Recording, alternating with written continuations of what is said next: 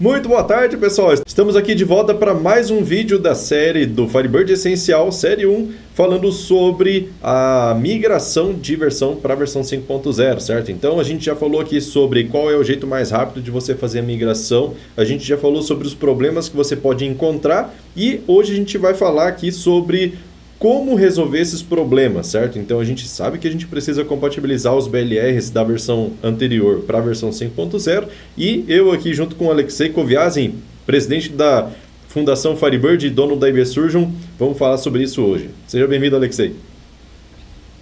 Boa tarde, Edson. Boa tarde a todas. Sim, hoje, atualmente, eu tenho uma boa novidade para todas que já seguiu passos da migração é o que nós discutimos no vídeo 1 e vídeo 2. Nesse momento, se você já migrou seu base com backup restore, aplicou parâmetros de compatibilidade, checou consultas para erros, e você não viu erros das consultas, obviamente, erros como erros como algumas incompatibilidades. Isso significa que você chegou no ponto quando a migração completou fase 1. O que é fase 1 da migração?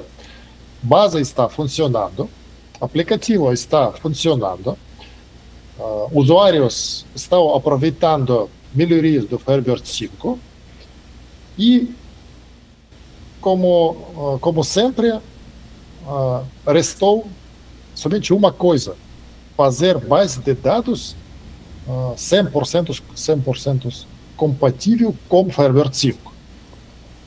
E aqui você tem uma escolha muito difícil. Por quê? Porque uma opção é ver esse vídeo, seguir nossas dicas, seguir instruções como fazer seu base 100% compatível, e outra opção é não fazer nada. Por que não fazer nada? Base está funcionando, usuários estão usando, o aplicativo não está dando erros. Por que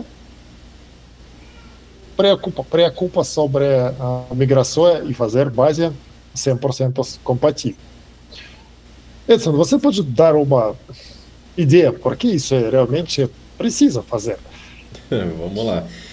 A ideia de fazer a preparação da sua base de dados para a versão 5.0, pensando a nível de objetos, procedures, triggers, views e todos os outros, para que você não tenha problemas enquanto você estiver em produção, principalmente. A base está funcionando, mas está funcionando nesse momento com BLR antigo, versão 2.5, 3.0 e assim por diante. Não está ainda com BLR da 5.0. E aí, se em algum momento você precisar fazer alguma atualização de uma procedure, por exemplo, que não está compatibilizada com a versão 5, funciona, porém não está compatibilizada, no momento que você for fazer essa alteração, você tem que calcular um tempo para compatibilizar essa procedure. Isso pode ser rápido ou pode ser demorado. Vai depender de quantas dependências você tem.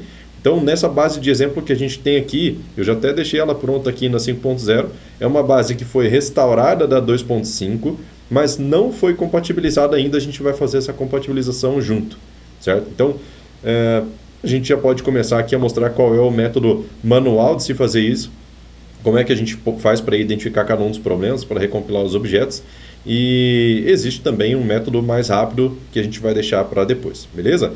Algo mais, Alexei? Sim, eu quero adicionar que nesse momento, quando a base está em produção, você precisa planejar como você vai fazer todas as mudanças para a base na maneira tranquila, na maneira planejada, na maneira profissional. Isso não significa que você precisa correr e fazer todas essas coisas imediatamente na janela da manutenção ou alguma coisa. Não, isso é trabalho para fazer durante alguns dias ou pode ser semanas, depende do tamanho do seu BD. Então, nós vamos mostrar não somente uma dica, mas também caminho, método, quando você pode deixar 30 minutos, por exemplo, durante o dia para melhorar a compatibilidade, aumentar a compatibilidade com Firebird 5, e no fim do processo você vai ter a base 100% compatível para Firebird 5 e também muito mais pronto para migrar para Firebird 6. E, com certeza, a ideia é fazer, completar todo o processo antes do momento quando o Firebird 6 vai sair. É isso aí, quanto mais próximo da nova versão a gente tiver, mais fácil fica a próxima migração. Provavelmente todo o problema que você tiver hoje é porque você demorou demais para migrar para a versão 5, né? Quem está na 4 já está bem mais tranquilo. Beleza, então com um prompt de comando aqui já na pasta dos binários do Firebird 5 e também com a base pronta aqui, restaurada na versão 5.0, a gente agora precisa extrair o metadata dessa base de dados. Como é que a gente faz? Usando o ISQL, opção "-x", para ele exportar o metadata da base que eu coloco aqui, e aí eu preciso colocar, lembrando que a gente fez a configuração para múltiplas instâncias do Firebird aqui, eu preciso colocar aqui localhost / a porta onde está rodando o meu Firebird 5.0, né? Localhost 3050, o caminho da base, -user sysdba, -password master key. Certo? Vou dar um Enter aqui. Ele extraiu, porém eu não coloquei o comando de saída, né? Então eu preciso colocar aqui, que vai ser para o "-o", que é o output, onde ele vai gravar. Vou dar um Ctrl V aqui no caminho da base, porém eu vou colocar um nome de arquivo diferente. Por exemplo, meta.sql, certo? Enter aqui. Beleza, então a gente já tem o metadata da nossa base criado. Muito bem, segundo passo que a gente precisa fazer aqui dentro do nosso metadata é justamente adicionar o set_bail_on. Por quê? Esse comando dentro do ISQL, ele vai fazer com que o script seja interrompido assim que acontecer o primeiro erro. E aí ele não fica tentando executar mais coisas. Fica mais fácil de resolver. Aqui a gente vai ter que fazer a criação de uma base separada. Então, mantemos aqui o localhost /3050. O caminho da base eu vou colocar como novo, por exemplo, que é uma base nova, ou compilada, do nome que você precisar. Vou adicionar aqui user sysdba, password, entre aspas, master key, certo? Fecho aspas e mantenho aqui tudo da forma que já está. Vou remover esse comentário aqui do final e aí eu posso salvar o meu script. Agora, chegou o momento da gente rodar esse script para ele fazer a criação dessa base.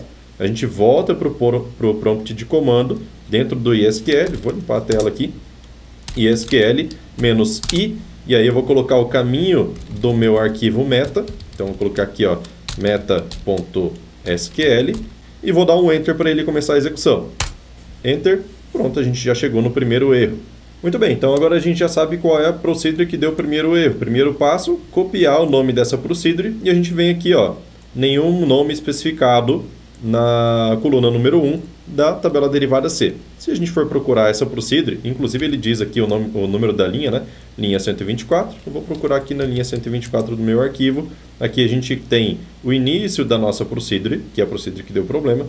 E aqui a gente já conhece o problema, né? O problema aqui, na verdade, ele está dentro desse select, onde a gente tem a cláusula asCursor. A gente comentou sobre esse erro dentro do vídeo anterior, que é essa coluna que não tem nome. Então, basta adicionar um nome aqui, salvar o script novamente, e aí a gente vai precisar fazer o quê? Deletar a nossa base nova e rodar de novo o nosso script, certo? Então, vamos lá. Agora, o problema aconteceu na linha 229, certo? Agora é outro erro. A gente tem aqui, ó, que a coluna é desconhecida para essa tabela e campo. O que a gente precisa fazer? Vamos lá na linha 229 do nosso arquivo, novamente, 229, e a gente tem aqui o início da nossa procedure que deu problema. Então, até aqui ele executou. Chegou aqui ele parou com o erro. E aí, quando ele fala sobre coluna desconhecida, na verdade, é justamente porque esse tipo de junção, quando a gente tem junção implícita e explícita junto, ele dá problema. O que a gente precisa fazer? Remove a junção implícita e vamos adicionar aqui uma junção explícita. A condição dessa junção está aqui, então eu vou remover a ligação entre as duas tabelas. Vou remover daqui e vou deixar nowhere, só a outra condição ali mesmo. Aqui vou adicionar on, Ctrl V, para a gente poder ter essa informação. Vamos lá deletar o arquivo original.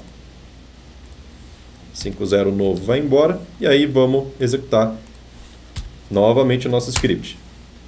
Agora a gente teve uma outra situação. Ó. Conversion error from string now. E a gente tem aqui na linha 272 do arquivo. Então vamos lá para a linha 272 do nosso arquivo. Ctrl G, 272. E a gente vai chegar aqui no início da próxima procedure. Esse tipo de comando aqui ele não é mais permitido. Então para a gente fazer ele retornar o mesmo valor, só que não utilizando esse método, é o que? Comenta e aqui a gente adiciona local timestamp, certo? Então adicionou isso daqui, salvou. Vamos para o próximo erro. A gente tem aqui o 5.0 novo, vou deletar e vou rodar de novo o mesmo comando no ISQL para ele terminar a execução.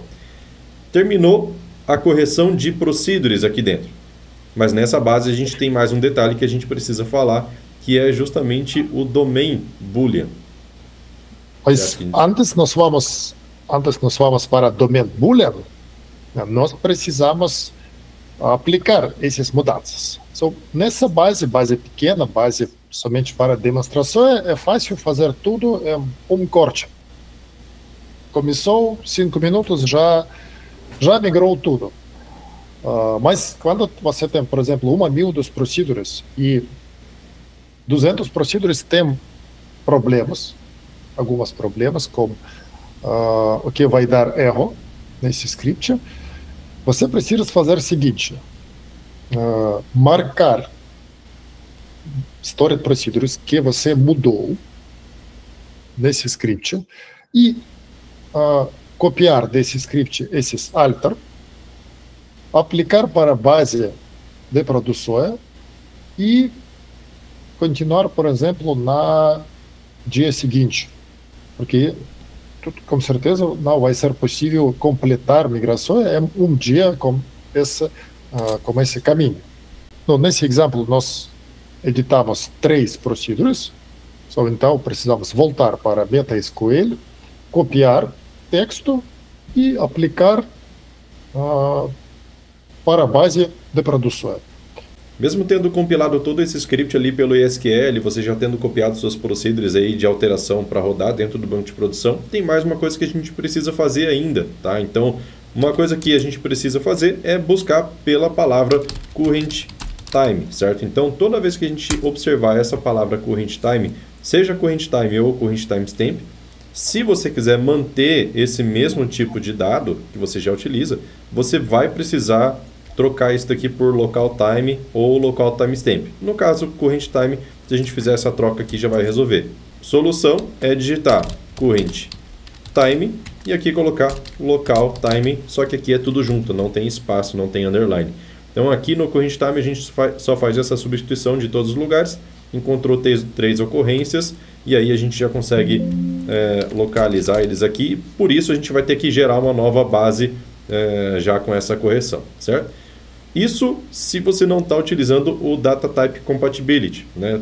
Para deixar sua base pronta, você pode utilizar, já pode fazer essa troca para local timestamp. Se estiver utilizando o Data Type Compatibility ou não, sua base já vai estar pronta. Então vamos lá recriar essa base, vou deletar ela daqui e vou rodar novamente o script do ISQL, certo? Rodando, certo? Agora a gente já tem uma base 5.0 nova com local timestamp e tudo recompilado. E aí a gente pode fazer uma outra verificação, que essa é a mais complicada de se resolver. Apesar da gente já ter terminado de fazer toda a preparação daquelas procedures que causaram erro na importação de um novo banco, a gente ainda não pode rodar isso aqui em produção, tá? É muito perigoso rodar isso aqui em produção nesse momento. A gente vai mostrar isso aqui por quê, certo? Então vamos, primeiro passo aqui, pegar todas as alterações de procedure que a gente tem, que foram os pontos de alteração que a gente teve, né? Vou colocar aqui como alter procedure no script. Vamos pesquisar aqui, por enquanto aqui é só criação de cabeçalho, né? E aí a gente começa com a alteração das procedures em si, certo? Com esse título fica mais fácil de procurar. Então, vamos copiar todas as procedures que a gente tem. E mais para cima um pouquinho. E vamos colocar essas alterações de procedure dentro de um novo arquivo, tá? Esse novo arquivo, eu vou chamar ele de fix, certo? E aí a gente precisa adicionar aqui um setTerm e mudar o fim de comando no padrão do ISQL. Para quê? Para que ele consiga rodar essas procedures. Então, antes da gente fazer essa alteração, só deixa eu salvar esse script aqui. Vou colocar como fix.sql, certo? Que isso daqui depois vai ter que ser rodado em uma base, a base que você está testando, ainda não em produção, e a gente vai mostrar o motivo. Para que esse script funcione, a gente precisa adicionar aqui também a linha de conexão. No caso, antes do setTerm, vou colocar connect localhost /3050, dois pontos, o caminho do meu banco de dados. Então, deixa eu só copiar ele aqui, que vai ser essa base de dados aqui, que é a minha oficial de testes, né? Vou remover essa aspas e adicionar aqui no início. Vou colocar localhost user. Tá. Vamos corrigir aqui, o localhost ficou errado. Localhost, beleza. Vou adicionar user sysdba, password, entre aspas, master key, fecha aspas. Certo, então aqui nosso script vai se conectar nessa base que a gente tem de testes, e aí a gente vai conseguir fazer a alteração dessas procedures, recompilando elas com as correções que a gente fez agora há pouco. Lá para o final, vamos só adicionar também a palavra commit, para que a gente tenha as informações commitadas, né, no final das contas. Salva e pronto. Agora o nosso script está pronto para ser executado, mas antes eu quero fazer um teste da própria procedure que vai causar erro mesmo depois de sendo recompilada. Antes de ser recompilada não vai dar problema, depois de ser compilada vai dar problema e a gente vai entender por quê. Então, agora nós estamos no base de dados, no modo de compatibilidade. Foi somente backup restore e parâmetros em Firebird Conf. E você pode ver, essa procedure vai funcionar. Ok, funcionou.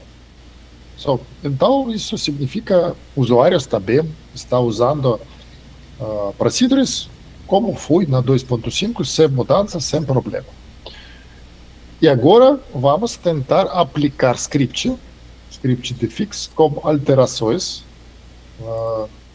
e ver como vai ser essa procedure.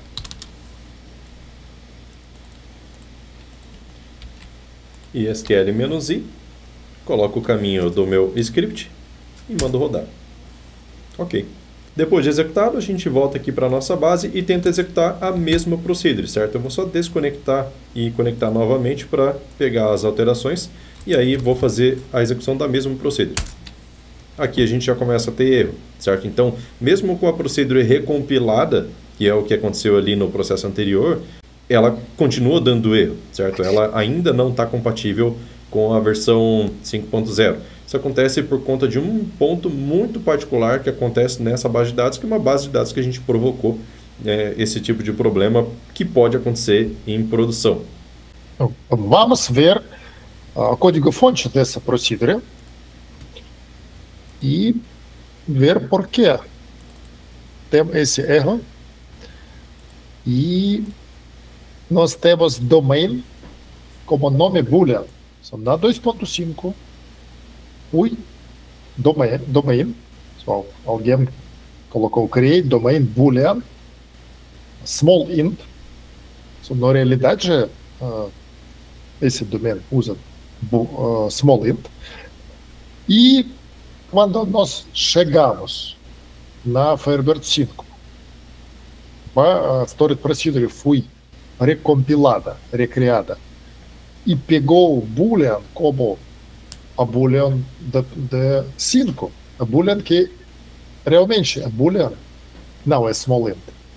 Agora começa a acontecer esse erro do conversor. Boolean não pode ser convertido para small int, porque aqui dessa consulta select paid from invoice, invoice, tabela invoice realmente tem campo paid com o tipo small int. Na anterior isso foi também boolean, mas migrou e Firebird, na maneira implícita, mudou boolean baseado no small int para realmente small in e criou, ok, interessante, domain com aspas, maiúsculo boolean. Que bagunça! Que bagunça! Como corrigir isso? É bastante fácil. Nós podemos mudar dentro do script, todos boolean para small int. Nós sabemos que isso é a solução nesse caso. Vamos aplicar esse script novamente e testar como vai.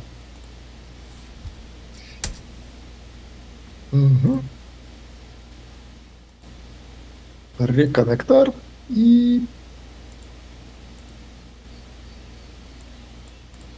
agora small int e procedure funciona. Procedure voltou para funcionar. Mas por que nós fazemos essa demonstração? Para mostrar os problemas que você pode encontrar se não vai fazer essas mudanças, esses upgrades na maneira correta. Como saber? Esse erro não tem sinais. Como você está recompilando pelo script, ótimo, Firebird está criando procedure e parece que tudo funciona, mas esse erro vai acontecer somente em produção. E voltamos para o vídeo anterior, você precisa ter 3 rodando com opção log errors para pegar esse tipo de erros. Então, a maneira correta vai ser a seguinte: criar script pelo ASQL-X, ASQL-I operações. Montar script de alteração como script para aplicar. Testar esse script, está aplicado, mas não para o BD da produção, BD do teste. Depois, com BD do teste, fazer operações com seu aplicativo. Se vai dar certo, pode aplicar para BD de produção. Mas só neste caminho é possível montar e crescer esse script para fazer alterações de maneira tranquila e passo a passo. Todo esse processo de migração que a gente começou a falar no vídeo 1, vídeo 2 e agora no vídeo 3, pode ser muito demorado dependendo da quantidade de coisas que você precisa corrigir, principalmente esse passo onde a recompilação dos objetos precisa ser feito um a um. Você vai ter que colocar uma pessoa que vai ficar rodando esse script, fazendo alterações, correções e parece que não tem mais fim, certo? Então, uma forma de acelerar esse processo é com o framework de migração. O framework de migração vai fazer muita coisa de forma automatizada, restando só algumas incompatibilidades de sintaxe para ser corrigido de forma manual. Mas ele vai te apontar tudo o que acontece. Eu vou mostrar isso aqui para vocês agora no script que a gente tem, certo? Então, nessa base que a gente tem de exemplo. Essa aqui é a pasta de instalação do framework de migração. A gente tem a pasta in, onde eu coloco essa base de dados na versão 2.5, por exemplo, ou na versão que você tiver, que tem os problemas de migração. Faço a migração para que ele pegue essa versão 2.5 e vá para a versão 5.0. Adiciono aqui a opção de recompilar para true, certo? Manter ele recompilando sempre. Ele vai fazer o backup restore dessa base, vai fazer compatibilidade de objetos, vai fazer um monte de coisa aqui de forma automática. E aí, só para a gente poder ter uma ideia, quando a gente manda executar esse script, esse executável do framework de migração, ele começa a fazer todo o processo de preparação de metadata. Você pode também construir seu próprio framework aí para você fazer isso de forma mais automatizada, mas esse daqui já está pronto, certo? Então, aqui a gente consegue ver se a base deu erro ou não. Então a gente tem aqui o log da restauração. Isso aqui é importante a gente verificar se teve, é um dos passos que a gente precisa ver se teve sucesso aqui ou não, certo? Nesse caso teve. E a gente pode ver dentro do log da migração quais foram os erros que aconteceram. Aqui a gente tem um resumo falando que em relação a procedures 7 procedures foram analisadas, 5 deu resultado ok, ou seja, tem 2 aí que não deu certo. E se a gente olhar aqui em cima, a gente tem um relatório resumindo quais foram os problemas. Então essas 2 procedures aqui tiveram problema. Se a gente avança aqui para frente, a gente encontra qual foi o tipo de problema. No caso, não conseguiu fazer o alter procedure, falando que teve algum erro, falando sobre coluna desconhecida. Tá? Então isso aqui é aquele join que a gente não pode fazer junto, né? O implícito e o explícito, precisa corrigir. E esse daqui é o uso do timestamp now, que é o uso de literal. O restante, ele já corrigiu. Então aqui a gente consegue observar, por exemplo, o que é que ele corrigiu, certo? Então aqui a gente tem, por exemplo, tinha uso de time zone dentro dessa procedure, ele já fez a substituição para a gente. Aqui tem uso de palavra reservada, então ele fez a alteração. E a gente consegue ver aqui, por exemplo, ó, nessa primeira procedure, vamos observar ela lá. Preparação de metadata, ok, está aqui o corpo dela, então conseguiu executar com sucesso, sem problema nenhum. Tá? Então, cada um dos objetos que a gente tem, ele vai passando, vai recompilando e vai te dando o resultado.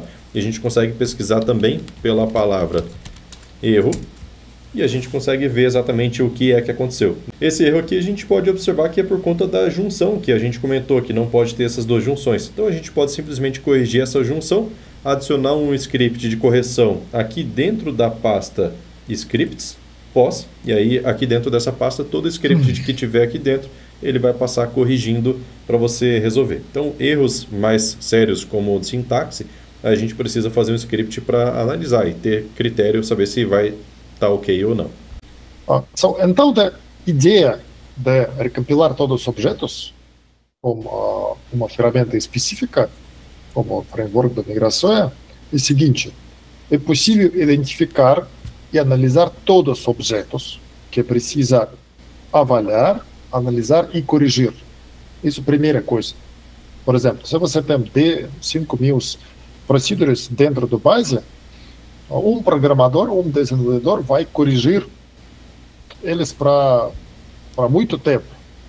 Não vai ser possível colocar dividir esse trabalho. Mas com essa análise, você vai ver, ok, nós temos 200 procedures com problemas. Posso apontar 10 desenvolvedores e eles vão corrigir todos em 2 dias. Essa é a primeira coisa. E segunda coisa, se você notou, esse framework realmente está mudando o código das procedures, está corrigindo erros mais óbvios, como suspend e outras, só para resolver e diminuir o trabalho manual de migração.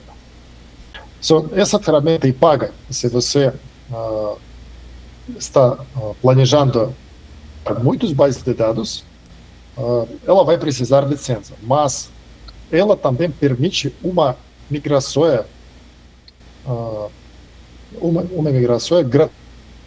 Não é migração como uma roda e análise.